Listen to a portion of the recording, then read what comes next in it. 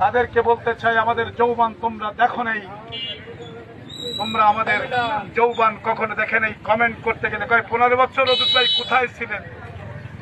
ও বেটারা, তোমরা যাদেরকে নিয়ে লড়ো তাদের কাছে জিজ্ঞাসা করো অদূত কোথায় ছিল। এই এলাকায় ওই খালেক তালুকদার, নজরুল ইসলাম মঞ্জু, মিয়া গোলাম পরোয়ার, আমি আব্দুল অদূত, আমরা খুলনায় দীর্ঘ সময় ধরে, ফেসবুক যখন ছিল না তখন আমরা রাজনীতি করেছি। এমন কোনো দিন নেই, এমন কোনো আন্দোলন নেই যেখানে আমরা ভূমিকা রাখি নাই, মামলা খাই নাই, পুলিশের পিটেন খাই নাই। আমরা হচ্ছে সেই নেতা।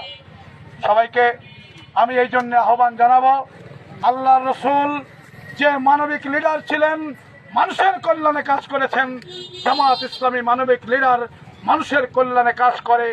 আগামী দিনে যদি বাংলাদেশে জামাত ইসলামী ক্ষমতায় যায় তাহলে তারা শাসক হবে না, খাদেম হবে।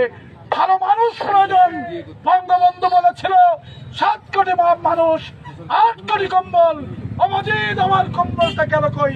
ডাইনে চোর, বামে চোর, পিছনে চোর। চোর তৈরির কারখানা যে দল, সেই সব দল কোনোদিন মানুষকে কল্যাণ দিতে পারে না।